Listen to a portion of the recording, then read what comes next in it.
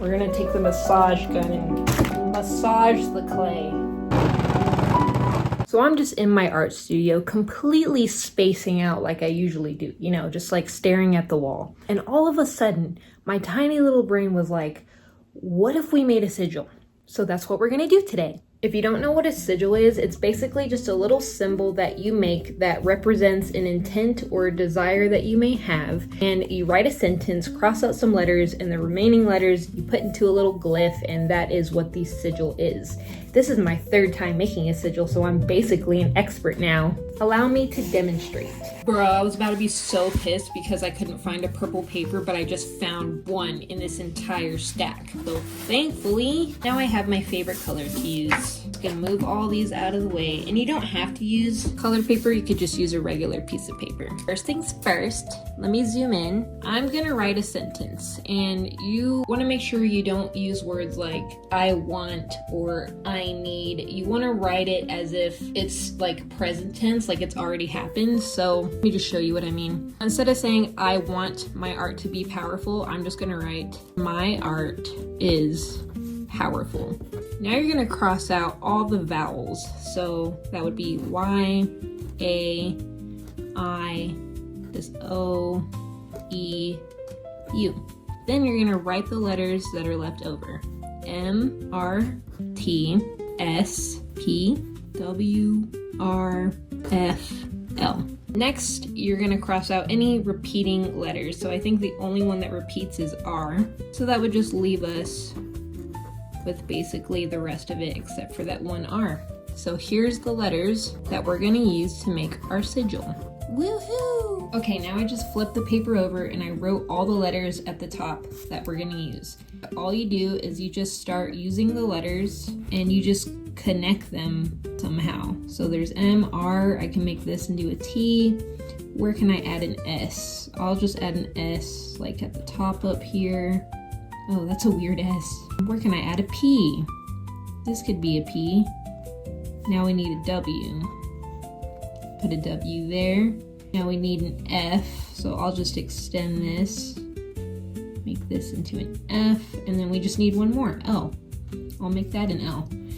Look at that. So I went ahead and made a couple more because this one was like super basic and I wanted mine to look more curvy and cute. So I made a couple more. So definitely like do a couple of designs and then just pick the one that you like the most. So I think I like this one the most. So from what I've learned from all the magical ladies on YouTube, there's a couple of things you can do next. You can fold up the paper that you drew the symbol on, meditate over it, light a candle, light an incense, you know, focus on your intent, and then bury it or burn it, or you can hide it somewhere. But I'm going to do something different. Because I'm an artist, I'm going to make a piece of art out of my sigil and display it in my room like a decoration. So I'm going to be using polymer clay for my sigil. But instead of opening this brand new pack, I don't like to be wasteful. So we're going to use some leftover clay. This clay is definitely going to have to be conditioned. Can you come help me smash my clay? Just smash it until it's all smashed. No, smash it. You gotta smash it. We're gonna take the massage gun and massage the clay. I've got my slab of clay rolled out. I'm gonna use this cookie cutter to cut a shape into the clay. I've done it. I'm just gonna clean up the sides a bit with this little tool. The perfectionist in me is spending much more time on this than I originally planned, and now my nose is dripping into the oven. Oh fuck, I forgot to put a hole in it. I wanna add a little hole so that I can like thread something through it to hang it from. Okay, now it's ready. It's cooked. And I'm not exactly sure how stable this is. Like, this seems like it could break very easily. So I'm going to be very careful during the painting process. But it's time for the painting process.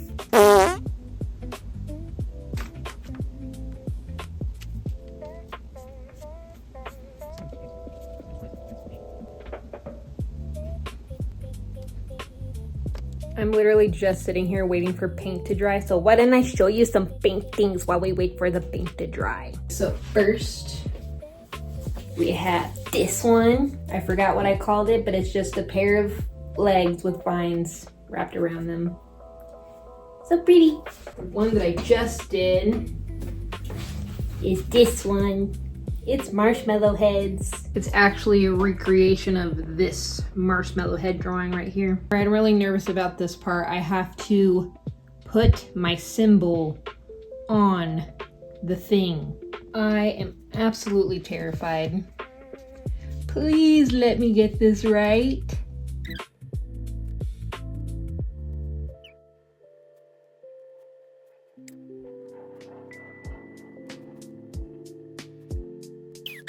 I'm gonna add a little heart right here because something's telling me to add a little heart right here. Yeah, this isn't complete without a few gems.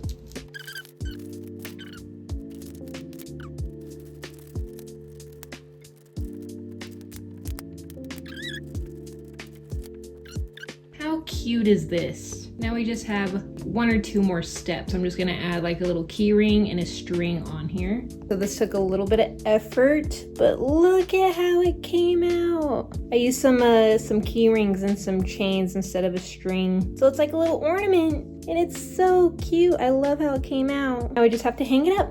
I'm gonna put it right here next to some of my other art. Look it! Like it works so well on this wall. We did it, my little cherub. We made a sigil. And now I'm going to be subconsciously reminded that my art is powerful every time I enter this room. And that's a win in my book. I hope you enjoyed this video. Check out my art on Instagram. I also have a website, PawziArt.com, and I hope you have a great day.